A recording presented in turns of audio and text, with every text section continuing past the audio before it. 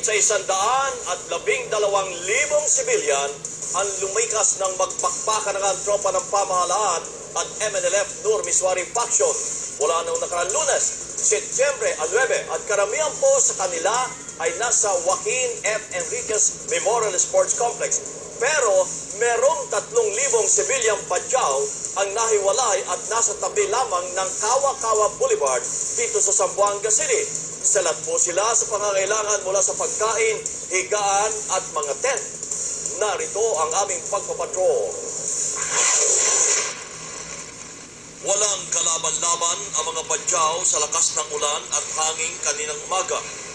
Ang iba parang basang sisiw na sumiksik sa maliit na tela, kumot at sakong ginawa nilang bubungan. Mahigit 3,000 silang mga taga Rio Hondo na lumikas bago pa man magpakpakan ang mga sundalo at MNLF Miswari faction. Sila ngayon ay nagtitiis sa ginagawang breakwater sa gilid ng Kawa-Kawa at karamihan walang tent man lamang na magsisilbing pananggalang sa buhos ng ulan o init ng araw.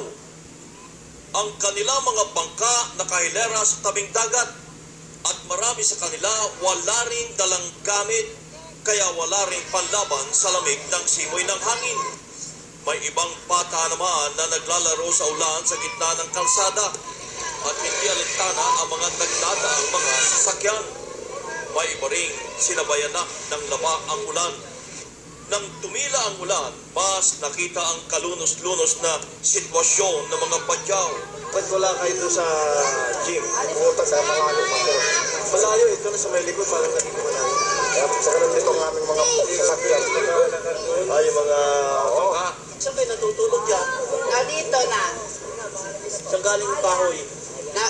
Kahoy ng bangka namin, kinukuha namin na. Bangka? Galing bangka? Galing sa bangka Ilan anak namin. nyo? 5. Ang iba sa kanila, pamilya na nagsisiksikan sa kapirasong espasyo at karamihan humihingi ng tent para may masilungan. Hindi ba nagkakasakit ang mga bata? Kaya, Hindi naman. Pero kung mainit na mainit mga bata. Pag mainit naman ang araw, mainit na mainit. Kung ulan, na mabasa, o tignan mabasa man na. Sana. Hindi rin kasya sa napakaliit na pwesto ang mga pamilyang may maraming sanggol at bata. Oo, ito. Nasaan yung iba? Ito, sa labas. Kailan pinanganak yan? Ayong Agosto. May ibang pamilya rin na kailangan sana ng mas maayos na tulugan dahil sa kanilang kalagayan. Iniwanan siya ng asawa niya. Hindi kasi makalakad. Dahil hindi ka na makalakad, iniwan ka ng asawa mo.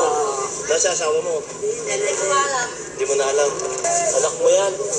Ito, tatay, hindi makalakad ito. Hindi makalakad. Bakit? Paralyzed.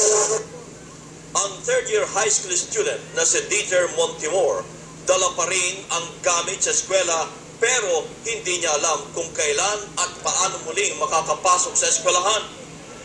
Kwento niya na bago pa magsimula ang bakbakan ay pinaalis na sila sa kanilang mga tirahan. Ginawa niyo ngayon? Ano lang, sir. Bago kami pinaalis na handa muna kami. Pinaalis kayo ng Gobyerno. pinaalis kayo ng gobyerno. O saan kayo dumaan? Nagbangka kami, sir. Bangka na lang papunta dito. May iilan namang palikuran na inilagay sa lugar pero tila hindi rin ito sapat sa dami ng mga evacuees.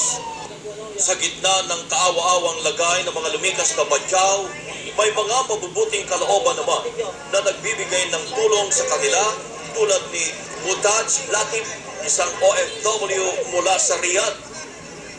Halos kuyugin na ang kanya sasakyan ng mga bata at matanda. Since dumating ako hanggang ngayon, tuloy-tuloy. Ilang beses ka na nakapamigay? 4 times na po. 4 times.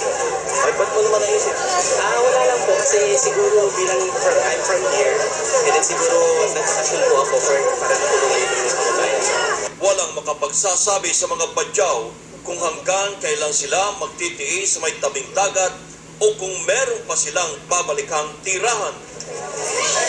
Pero 3 buwan pa lamang ang nakalilipas na kunang pa namin ang kanilang lugar sa barangay Rio Hondo.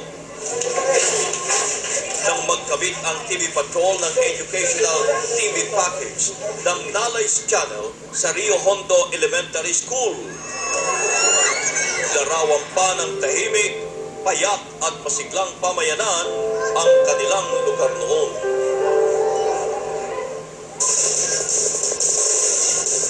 At gaya po ng iba pa mga taga Zamboanga City, umaasa mga badyaw na matatapos na ang kaguluhan sa kanilang lugar.